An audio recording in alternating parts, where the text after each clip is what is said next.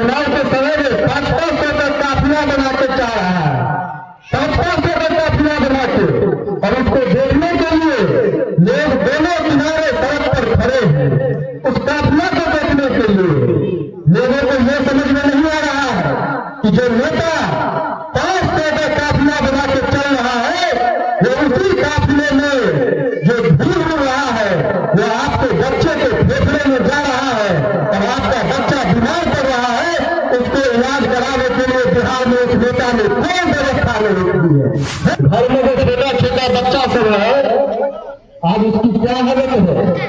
सरकारी स्कूल में जाता है, पिलवा वाला खिचड़ी खाकर घर आ जाता है, और उसके बाद जब थोड़ा सा बड़ा होता है तो उसके पीठ पर झोला टांग के उसको पंजाब, हरियाणा, गुजरात भेज देते हैं 12,000 15,000 कमाने, और जीवन भर में वही मजदूरी करते रहता है। 12,000 15,000 कमाने के लिए हमारे आपके घरों के लड़कों को आज अपना समाज, अपना राज्य, अपना घर परिवार छोड़ना पड़ रहा है, और हमको आपको देखिए किसी चीज से फर्क नहीं पड़ रहा है। तो हमारा पेंशन दे रहे हैं 400 रुपया, 400 रुपया देता है। अब ईमानदारी से बताइए, 400 रुपया लेकर बाजार में जाते होंगे तो वो सब्जी का झोला भी 400 रुपया में नहीं भरता होगा, आपका 400 खत्म हो जाता होगा।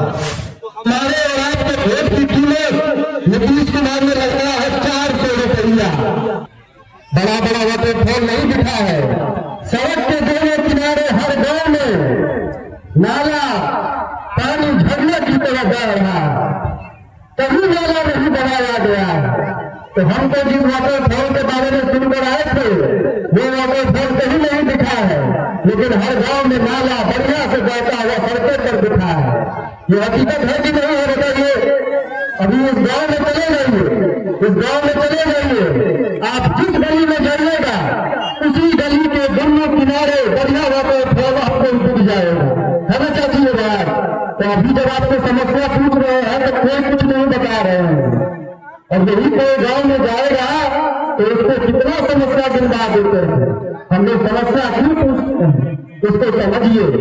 आपको ले जाता होगा सभा में, ये कहकर ले जाता होगा कि नेता जी आ रहे हैं, चलिए सभा में नेता का भाषण सुनिएगा। हम लोग नेता का भाषण सुनाने आपको नहीं बुलाएंगे, और किशोर जी 2 साल से गांव गांव घूम रहे हैं, किसी से वोट, किसी से चंदा नहीं मांगते हैं। ये सभा आज नहीं हो रहा है, बिहार के 6,000 से ज्यादा गांव में पिछले 2 साल से हम लोग घूम रहे हैं, प्रधान जी घूम रहे हैं, और हर गांव में जाकर ये सभा करते हैं।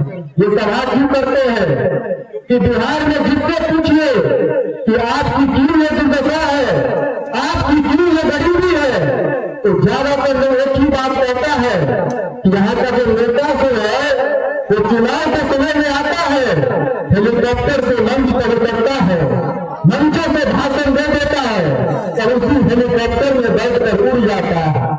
उसके बाद 5 साल तक उस व्यक्ति का दर्शन नहीं होता है।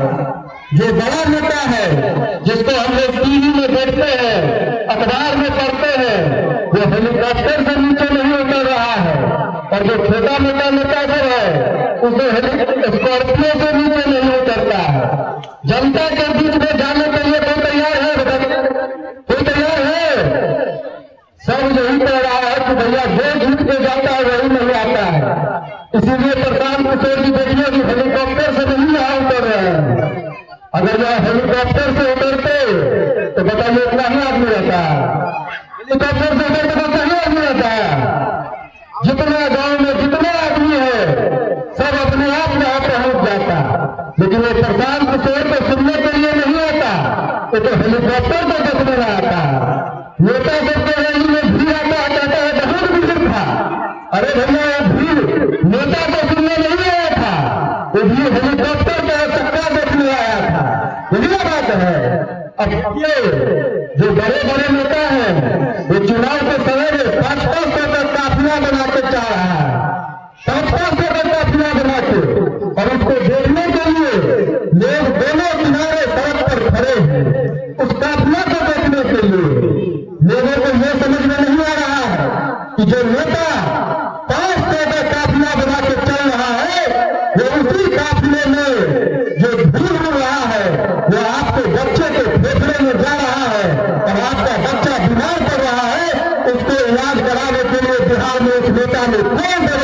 रोकती है कि नहीं? बात बताइए आप लोग।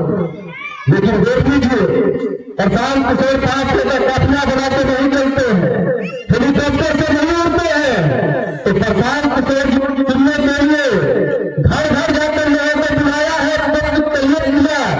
आपके बच्चों को शिक्षा और रोजगार की बात होगी तो बिहार में अपने बच्चों को शिक्षा और रोजगार के नाम पर कितने लोग आते हैं?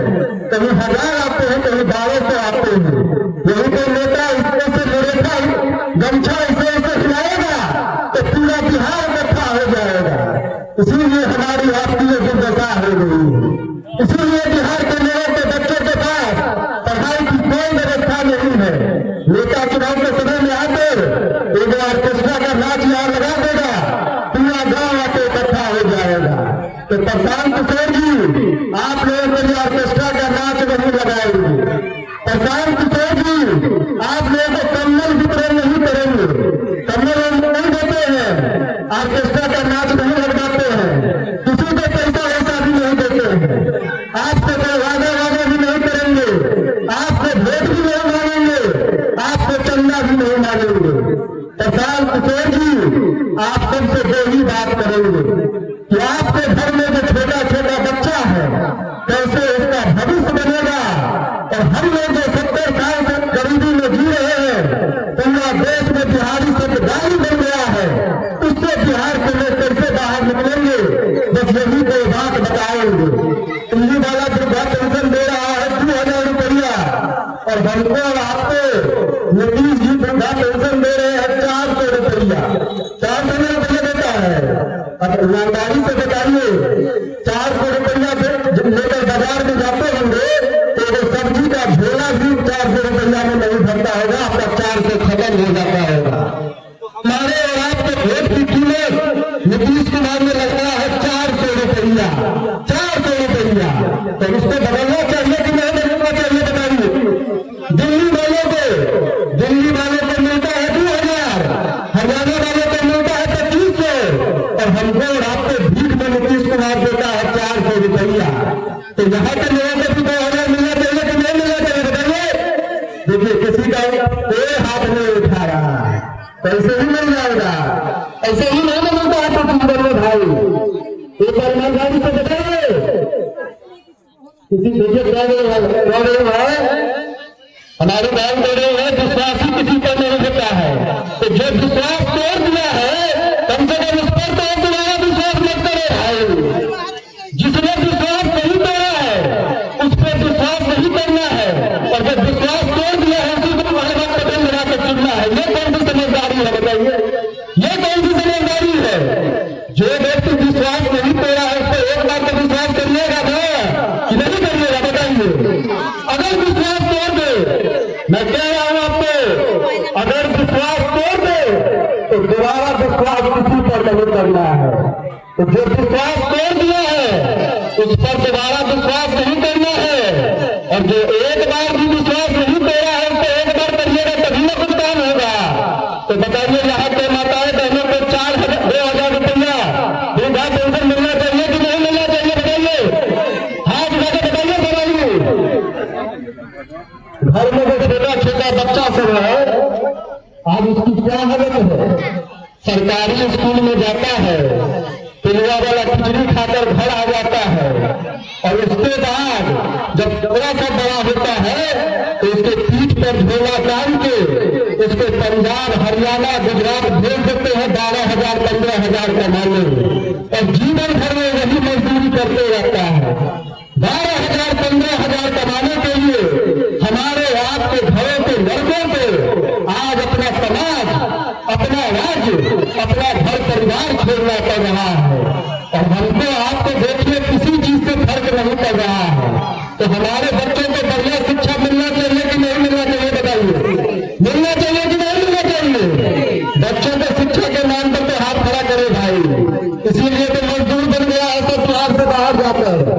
हमारे आपके घरों को लड़के कड़वी बात है, लेकिन सच्चाई है। आप बिहार से बाहर किसी भी राज्य में जाइए, रिक्शा चलाने वाला सबसे ज्यादा कहाँ का आदमी है? कहाँ का आदमी है? हमारे आपके घरों के लड़के हैं। आप बिहार से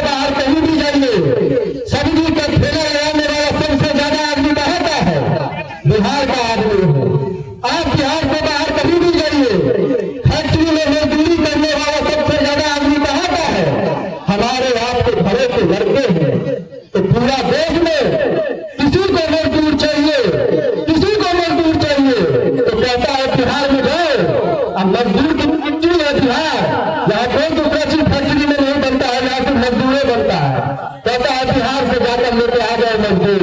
तो यहाँ का जो सरकारी स्कूल है ये पढ़ने लिखने की जगह नहीं है, ये मजदूर बनाने का फैक्ट्री है। और देश दुनिया में जिसको भी मजदूर चाहिए वो बिहार अपना आदमी को भेजकर यहाँ पे मजदूर लेकर चल जाता है। तो इसको कौन बदलेगा? हरियाणा का आदमी बदलेगा कि गुजरात का आदमी बदलेगा?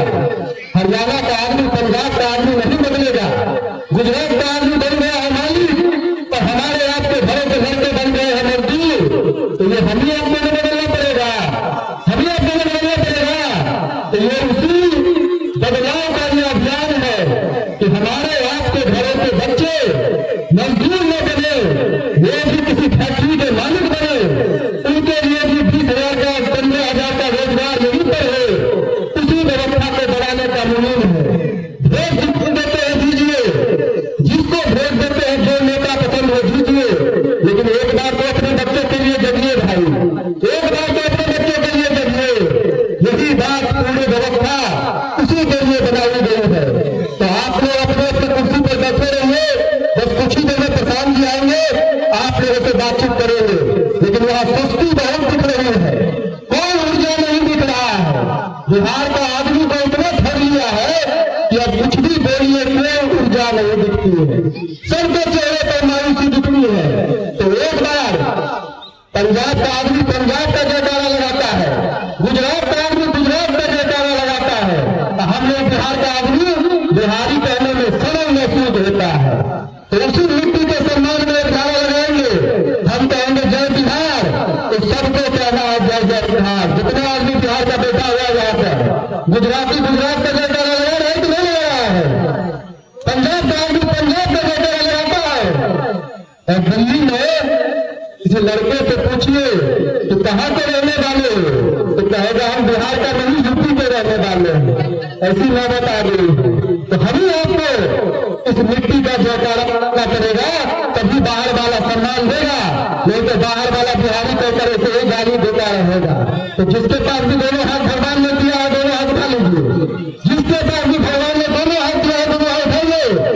हम कहेंगे जय बिहार, आप सबको कहना है